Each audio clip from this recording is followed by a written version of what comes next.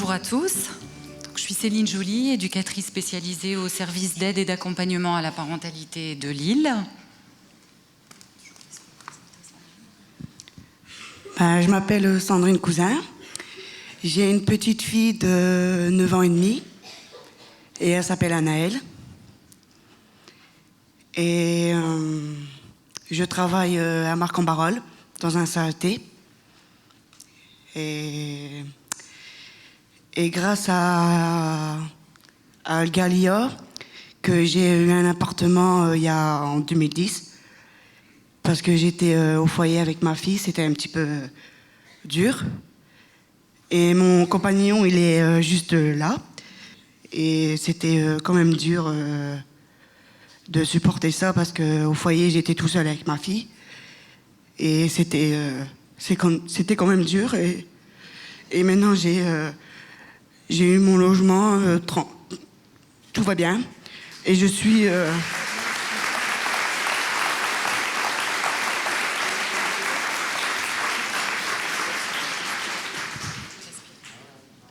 Et maintenant, je suis heureuse avec mon compagnon et ma fille, voilà.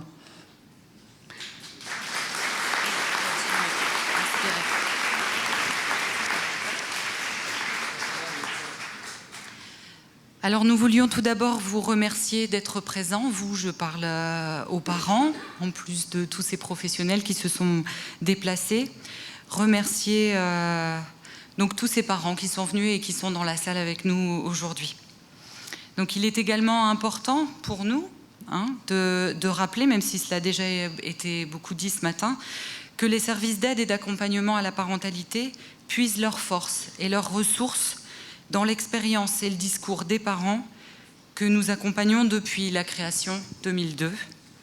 Ce sont les parents qui créent la dynamique et l'envie de toujours proposer un accompagnement meilleur.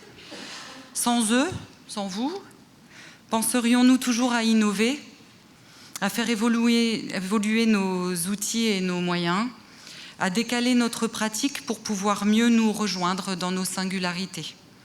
Et c'est ce mouvement, ce va-et-vient,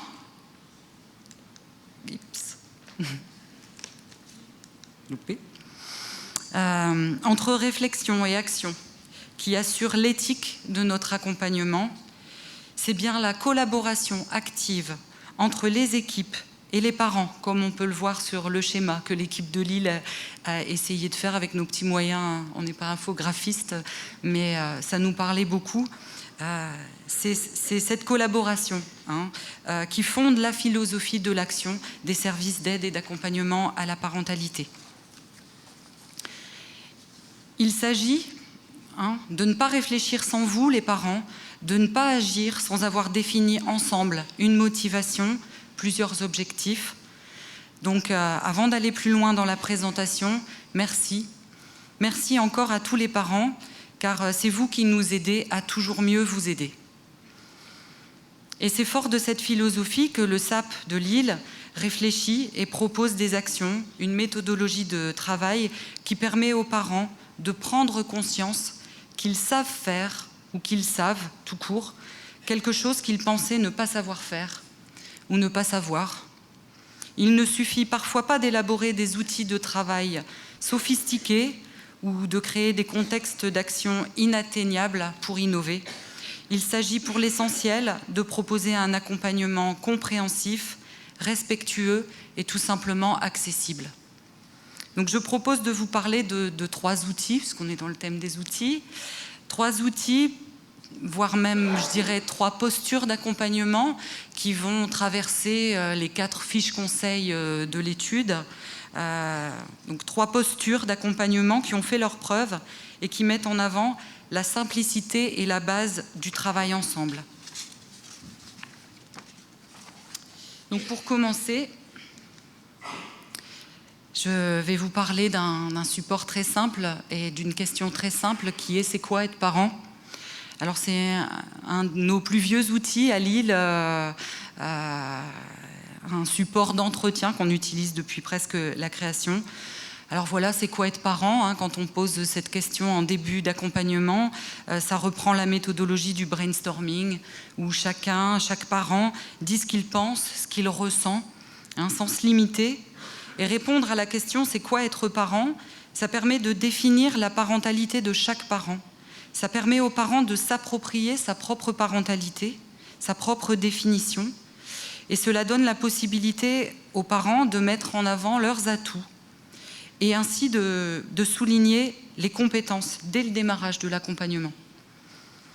On dit bien les compétences, pas les incapacités. Hein. Donc il permet d'avoir un visuel partagé entre les professionnels, les parents, sur les points forts et la façon dont les parents pensent leur parentalité, sur la façon dont ils sont parents et aussi sur leur projection du parent idéal. Alors voilà, on n'a pas cherché, on a pris toutes ces affiches qu'on a créées avec les parents. On ne les a pas toutes prises parce que, vu le nombre de parents qu'on accompagne depuis 17 ans, mais on en a choisi quelques-unes. Et on peut lire, parmi toutes les réponses apportées par les parents, qu'être parent, c'est prendre en charge la personne qu'on a mis au monde, c'est prendre soin de son enfant, c'est un rôle important, il faut être présent, c'est de ne pas faire comme nous, pour que notre enfant n'ait pas la même vie que nous. Les parents disent ça. C'est des responsabilités, des contraintes, du bonheur, une fierté. C'est lui faire découvrir la vie, c'est lui apprendre à vivre avec des copains en dehors du cocon de ses parents. C'est toujours être présent pour son enfant, quoi qu'il arrive. C'est lui faire connaître sa famille. C'est faire en sorte que notre enfant apprenne à lire et à écrire. Et c'est l'écouter quand il aura besoin de parler. Alors, voilà, j'en passe, vous les voyez. Fort est de constater que toutes ces affiches travaillées en entretien avec les parents rassemblent des représentations que nous pourrions tous partager. Cela vient mettre en valeur les compétences. Et cela nous donne immédiatement l'opportunité d'effectuer un travail autour du sentiment de compétence parentale. Alors par sentiment de compétence parentale, je fais un peu de théorie, mais c'est la perception qu'ont les parents de leur capacité à influencer positivement le développement de leur enfant.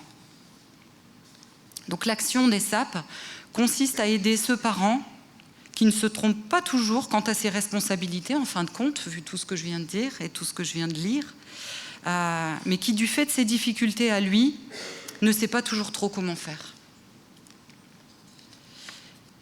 Alors un deuxième outil, une deuxième posture d'accompagnement, c'est le groupe de parents. Je dois gérer micro et zapette. Et là, je vais laisser le soin à Sandrine de présenter ce groupe.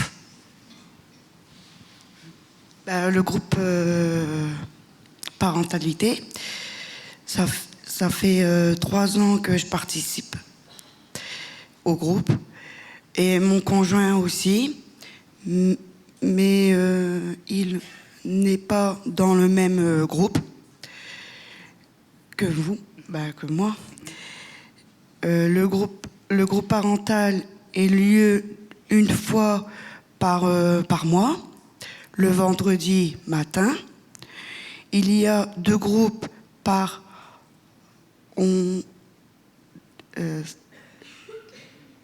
quel nombre. Il y a des règles dans le groupe.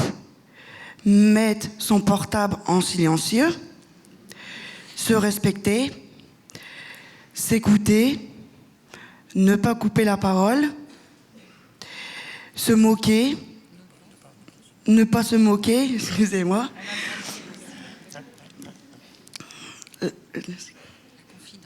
La confidentialité, c'est-à-dire que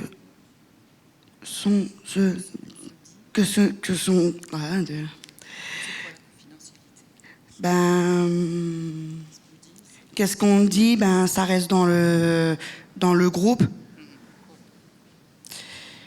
Le groupe sert à nous donner des conseils pour avoir comment éduquer de notre enfant. Le thème cette année, c'est l'émotion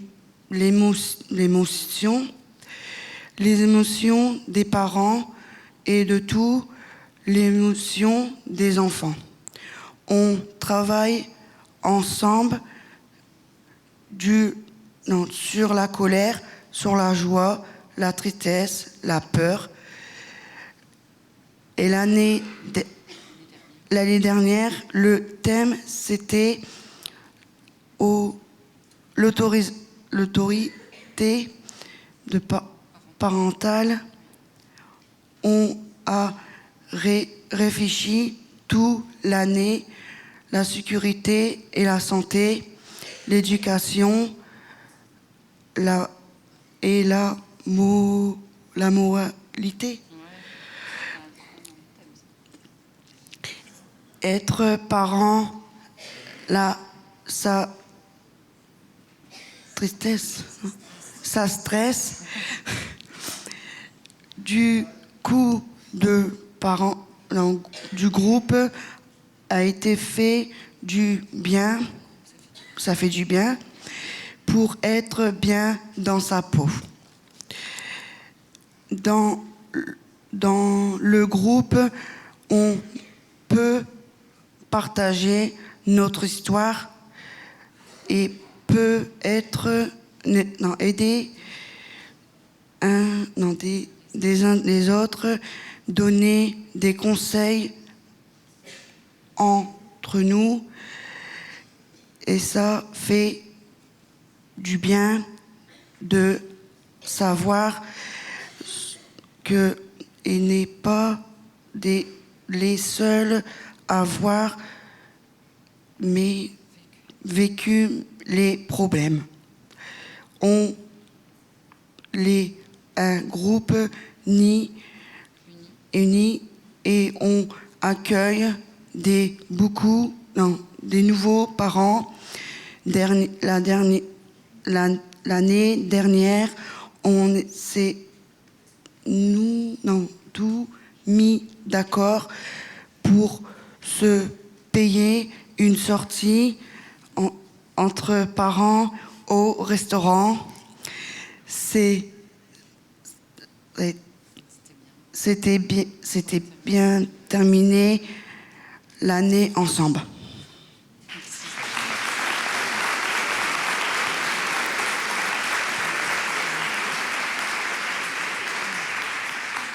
Merci Sandrine.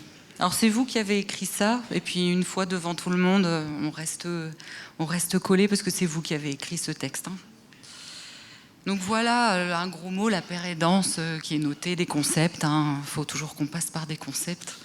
Et donc le groupe de parents s'appuie sur les principes de la pérédance, qui est très schématiquement l'entraide entre des personnes qui ont une difficulté ou des problèmes en commun. Donc c'est le partage d'expériences, cette entraide qui induisent des effets positifs dans la vie des personnes. Les groupes viennent accroître, renforcer l'estime de soi, car ils placent les parents à un endroit différent, et je m'explique. Les parents, dans ce groupe, passent en effet du côté de ceux qui peuvent aider, et ils ne sont plus du côté de ceux qui sont toujours aidés, toujours accompagnés. C'est eux qui se donnent des conseils et qui se soutiennent. Donc voilà, ce changement de perspective, de regard, modifie fortement la représentation de soi. Et on sait que l'estime de soi et le sentiment de compétence parentale, comme je le disais juste avant, est central dans la baisse du stress. Alors nous, on est stressés, là, ici, on peut en parler. Et de manière générale, ça peut nous rendre plus disponibles, et les parents plus disponibles pour vos enfants. Donc voilà, le Sable de Lille, l'équipe, là, on tient vivement à ces groupes qui existent maintenant depuis 8 ans et qui nous offrent, je peux en témoigner, des vrais espaces de réflexion. Voilà. Et puis un troisième point. Un mot qui a déjà été cité plusieurs fois depuis ce matin, la co-construction, la co-rédaction à notre niveau des bilans d'accompagnement, parce que dans les services, on doit toujours rédiger des bilans pour rendre compte un peu du travail qui a été mené. Et donc, depuis quelques années, là, vraiment, le SAP de Lille engage un vrai travail de coécriture de ces bilans d'accompagnement avec les parents. Donc c'est une écriture à 4 mains qui donne la possibilité aux parents d'évaluer eux-mêmes leurs compétences et d'élaborer avec nous les étayages dont ils ont besoin.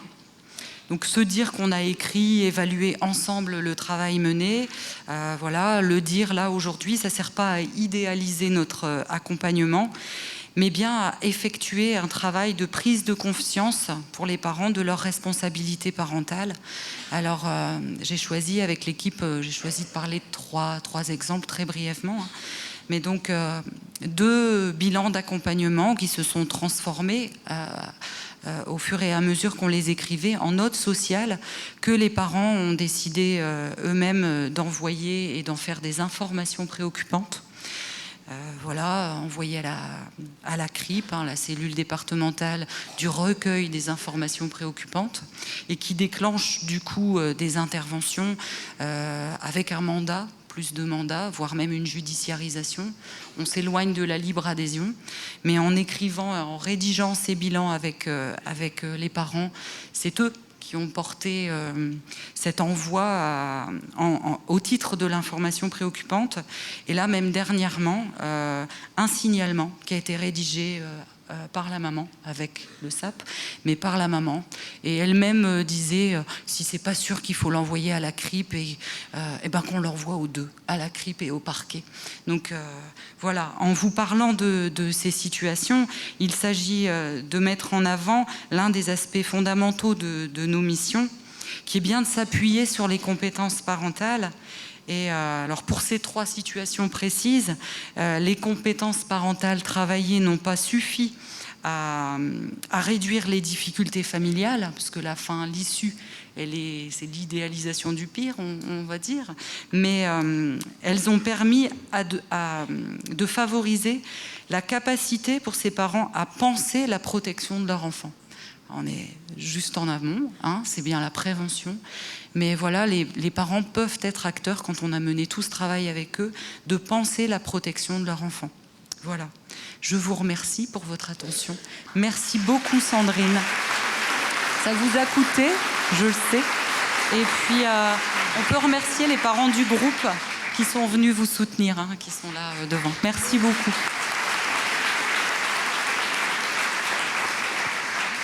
Merci beaucoup, merci pour cette richesse, cette complémentarité d'outils et d'échanges. Vraiment un grand merci. Bernard, je ne sais pas si tu avais peut-être une remarque. Encore un petit grain de sel. Un petit grain de sel peut-être. En plus, évidemment, mais là, ce serait presque, j'ai moins une question presque une reconnaissance, en fait, qu'on fasse de la philosophie sur la parentalité. Moi, ça me paraît tellement riche, important, nécessaire, et on fait de la philosophie avec des enfants. Je me rappelle, j'ai demandé à des enfants à quoi servait l'éducation. Et je me rappelle d'une petite fille de 10 ans qui était dans une MEX, dans une maison d'enfants à caractère social, qui a répondu l'éducation, ça sert à apprendre à se faire des amis. Et je crois que c'était noté dans aucun manuel d'éducation. C'était une vraie réflexion philosophique. Et je trouve que dire qu'on va philosopher avec les parents dits en déficience intellectuelle, je trouve que ça, c'est une vraie richesse et presque une nécessité. Donc voilà, c'était plutôt une confirmation que j'avais envie de vous donner.